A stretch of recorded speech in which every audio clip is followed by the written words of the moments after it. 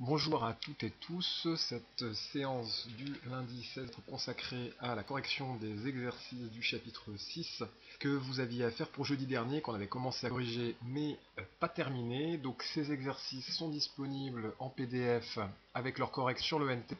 Je vais donc en faire une correction rapide. Si vous avez des questions, vous n'hésiterez pas à les poser via le NT. J'y répondrai. Les exercices étaient pages 226, 229, 11, 13, 15, 16, 19 et 20. Donc on commence par l'exercice 11. On vous disait que la Terre et la Lune sont en interaction gravitationnelle. Il fallait donner la direction, le sens et l'expression littérale de la force qu'exerce la Terre sur la Lune. C'est un vecteur, elle modélise l'action mécanique. Là, on veut représenter la force exercée par la Terre sur la Lune. Tout vecteur, trois caractéristiques, direction, sens et norme ou valeur. Donc la direction, c'est la droite qui relie les deux centres. Donc la droite qui porte le vecteur, elle passera par le centre de la Lune et le centre de la Terre. Attention à la confondre direction S. Là, on s'est exercé par la Terre sur la Lune. Donc le point d'application va se situer au centre de la Lune, donc vous le représentez ici, et la force va se diriger vers la Terre. Donc le sens, ce sera vers la Terre. Donc depuis le centre de la Terre. Donc ça, c'est le sens. Pas d'indication sur la norme ici, donc le calcul, vous aviez juste à faire du vecteur, sans souci d'échelle, mais pour autant l'expression de la norme était quand même demandée. Donc là, F égale G, masse de la Terre fois masse de la Lune sur D au carré, D, le centre de la Terre et le centre de la Lune en mètres, et la masse de la Terre et la masse de la Lune s'expriment en kilogrammes. G, la constante universelle de gravitation, pas à connaître, elle sera fournie dans les données en devoir. L'exercice 13, très similaire, il fallait rappeler la formule de la force gravitationnelle qui s'exerce entre deux objets distants de D, donc deux objets de masse A et MB distants de D, donc il fallait rappeler cette expression, F égale G fois MA fois MB sur V au carré, avec M en kilogrammes, D en mètres, F en newton, et G, donc la constante universelle, en newton mètre carré kilogramme moins 2, cette unité-là ne vous sera pas forcément demandée, mais il est bon de savoir la retrouver grâce à une petite analyse dimensionnelle, en se fiant aux unités. Et ensuite, il fallait calculer la valeur de cette force dans le cas du Soleil et de Jupiter. Donc, la force exercée par le Soleil sur Jupiter est égale à la force exercée par Jupiter sur le Soleil. Les normes sont les mêmes, les directions sont les mêmes également, il n'y a que le sens qui change. La force exercée par le Soleil sur Jupiter s'applique vers le Soleil. Le sens, c'est de Jupiter vers le Soleil, alors que la force exercée par Jupiter sur le Soleil, elle s'applique au centre du Soleil et elle est dirigée vers Jupiter. Le sens est opposé, les deux forces sont opposées.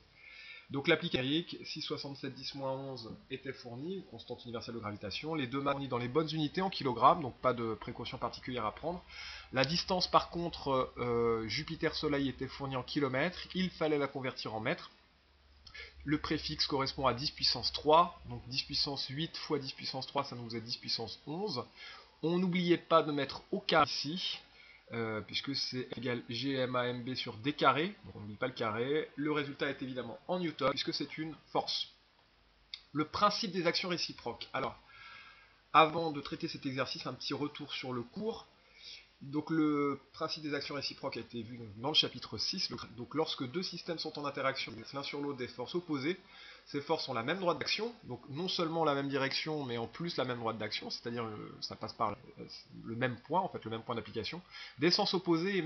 Donc le principe est valable aussi bien pour des actions de contact que pour des actions à distance, que les systèmes soient en mouvement ou au repos. On voit ici la force exercée par le cheval sur la cavalière, direction vers le haut, la force exercée par la cavalière sur le cheval, direction verticale vers le bas. Les deux vecteurs ont même direction, même droite d'action, c'est-à-dire la même direction qui passe par le même point d'application, et sens opposé, puisque les deux vecteurs sont opposés. F de A sur B est égal à moins F de B sur A. Et là, on a la force exercée par le câble sur la bouée, force exercée par la bouée sur le câble, deux forces opposées également, force exercée par la Terre sur la Lune et force exercée par la Lune sur la Terre, deux forces opposées, même direction, même droite d'action, même norme, mais des sens opposés. Donc là, la situation, c'était dilemme à la piscine, il fait la planche, la force qui s'exerce sur lui c'est la force exercée par l'eau sur Guilhem. C'est ce qu'on appelle la poussée d'Archimède, verticale. Donc il fallait la remonter sans souci d'échelle et représenter la force exercée par Guilhem sur l'eau. Donc même direction, même droite d'action, sans s'opposer. Et même norme, donc on n'avait pas de souci d'échelle pour la première force, vous avez fait une certaine longueur, vous faisiez juste la même longueur pour la seconde. Donc les normes étant les mêmes, on fait des vecteurs de même longueur. Donc là c'est la force exercée par Guilhem sur l'eau, et celle-ci était la force exercée par l'eau sur Guilhem. Alors l'exercice 16, utilisez le principe des actions réciproques. On vous dit que Baptiste est à la piscine, il participe à une compétition de 100 mètres nage libre. Au bout de 50 mètres, il fait demi-tour en poussant sur le mur avec ses pieds.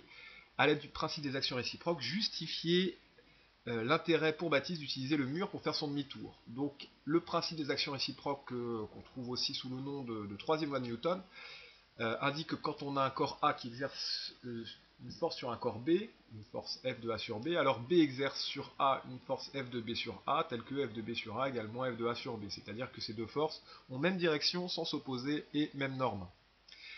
Donc là, comme on le voit ici, en poussant sur le mur avec ses pieds, Baptiste exerce une action de contact sur le mur, que l'on peut modéliser par la force F exercée par Baptiste sur le mur. D'après le principe des actions réciproques, le mur exerce sur Baptiste une force F exercée par le mur sur Baptiste, de même intensité, même norme. Cette force permet à Baptiste d'effectuer son demi-tour plus simple. Alors l'exercice 19, on vous dit que Vénus est comme la Terre une planète tellurique, ce n'est pas une géante gazeuse. On peut envisager un éventuel voyage dans sa direction, même si rien n'est prévu pour l'instant là-dessus. Sachant que le poids d'un équipement de fusée sur Terre est de 543 newtons, déterminer le poids de ce même objet sur Vénus. Alors, le plus simple, c'est d'appliquer la formule qui permet de calculer le poids à partir de l'intensité de la pesanteur qui était fournie ici. P égale m fois g, donc m égale P divisé par g. 543 divisé par 9,81, on prend ici l'intensité de la pesanteur sur la Terre. Ça nous donne une masse de 55 kg. Et ensuite, on fait P égale mg, mais cette fois-ci en prenant le g, l'intensité de la pesanteur, mais sur Vénus, 8,87. Donc 55 fois 8,87, ça nous fera 491 newtons. L'intensité de la pesanteur étant légèrement plus faible sur Vénus que sur la Terre, et bien le poids donc le poids de ce même objet sur Vénus sera un peu plus faible que le poids sur la Terre. La masse est évidemment la même, mais le poids est un peu plus faible puisque le G du P égale mg a un peu diminué sur Vénus par rapport à la Terre. C'est ce qu'on vous explique ici. L'exercice 20, qui sera notre dernier exercice. Donc, on vous disait que Lola est une parachutiste diplômée. Elle peut donc sauter seule. Sa masse totale, parachute inclus, est de 75 kg. On considère que la vitesse limite est atteinte lorsque la force de frottement de l'air compense exactement le poids. Déterminer la vitesse limite qu'atteindra Lola, on suppose que la courbe ci-dessus reste valable. Donc le poids de Lola sur Terre, c'est P égale m fois g, ça fait 740 newtons, puisque Lola, avec son parachute, a une masse de 75 kg et que g vaut 9,81. Donc quand le mouvement devient rectiligne uniforme, eh bien, les forces compensent exactement le poids. Donc c'est ce qu'on vous dit dans l'énoncé, en considérant que la vitesse limite est atteinte lorsque la force de frottement de l'air compense exactement le poids. Donc ça veut dire que la force de frottement de l'air vaudra 740 newtons, et on vous demande quelle sera la vitesse atteinte. Donc ici sur ce graphique, il suffit de reporter le 740 newtons. Donc si vous avez ça en devoir, il faudra laisser les traits de construction, 740 newtons jusque là. On prend ensuite l'antécédent de cette courbe et on trouve une vitesse qui sera de l'ordre de 130 km par heure. Donc je reprends la démarche. Le poids de Lola, c'est mg 740 newtons. La vitesse lorsque la force de frottement de l'air compense exactement le poids, donc les deux forces ont même direction sans s'opposer et même norme, donc 740 newtons. On reporte le 740 newtons sur le graphique jusque la courbe, on prend l'antécédent, 130 km par heure sera la vitesse atteinte par Lola, puisque à partir de ce moment-là, le poids étant directement opposé à la force de frottement, c'est-à-dire que les deux forces ont même direction sans s'opposer et même norme, eh bien aucune force ne prendra, ne dépassera l'autre, si vous voulez, ce qui fait que le mouvement ne sera pas accéléré ni vers le bas ni vers le haut, donc on aura un mouvement rectiligne uniforme. On continuera en ligne droite à vitesse constante.